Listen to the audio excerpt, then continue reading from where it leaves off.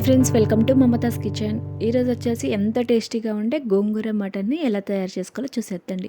ఒకసారి ఈ ప్రాసెస్లో ట్రై చేయండి. గ్రేవీ అనేది చిక్కగా ఎంతో టేస్టీగా మంచి అరోమాతోని బాగా టేస్టీగా వస్తుంది. ఒకసారి ఇలా ట్రై చేయండి. ముందుగా ఒక స్టవ్ మీద ఒక గిన్నె పెట్టుకొని అందులో సరిపడా ఆయిల్ అనేది యాడ్ చేసుకోండి. మీ కర్రీకి సరిపడా ఆయిల్ అనేది నాన్ వెజ్ కర్రీస్కి కొంచెం ఎక్కువ ఉంటేనే టేస్ట్ అనేది చాలా బాగుంటుంది. అందులోనే 1 టేబుల్ స్పూన్ జీలకర్ర యాడ్ చేసుకోండి. మనం పెద్ద సైజ్ అంతా కట్ చేసి పెట్టుకుని ఆనియన్ యాడ్ చేసుకొని ఒకసారి అంతా కలబెట్టేసుకొని అలా ఫ్రై చేయండి.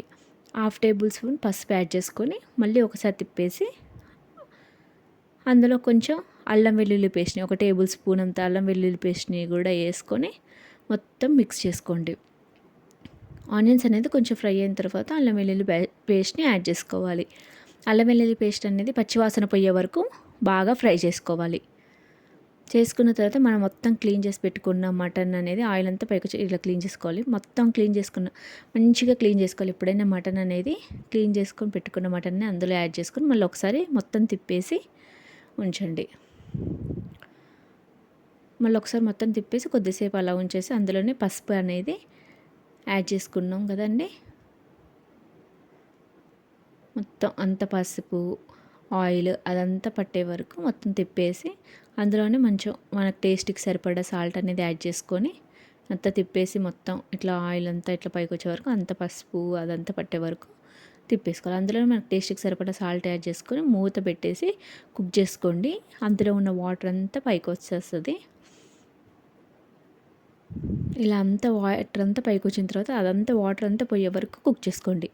కుక్ చేసుకొని మీకు స్పైసీనెస్ తగ్గట్టు కారాన్ని అనేది యాడ్ చేసుకోండి. చూసారు కండి ఎలా ఆయిల్ అనేది పైకి వచ్చిందో అలానే మీకు స్పైసీనెస్ తగ్గట్టు కారాన్ని అనేది యాడ్ చేసుకోండి. నేను 2 టేబుల్ స్పూన్ వరకు కారాన్ని అనేది యాడ్ చేస్తున్నాను. మీరు ఎంత స్పైసీగా తింటారో అంతని యాడ్ చేసుకోండి. కొంచెం కారం ఎక్కువనే ఉంటుందండి. మటన్ కానీ నాన్ వెజ్ కర్రీస్కి కానీ మటన్ కానీ ఏదైనా సరే నాన్ వెజ్ కర్రీస్కి కారం అనేది ఎక్కువ వేయడం వల్ల నీసు వాసన అనేది ఉండదు. చాలా టేస్టీగా ఉంటుంది. ఒకసారి ట్రై చేయండి. కట్ చేసి పెట్టుకుని సన్నగా తరిగి పెట్టుకుని కొంచెమే గోంగూరని అనేది యాడ్ చేశానండి.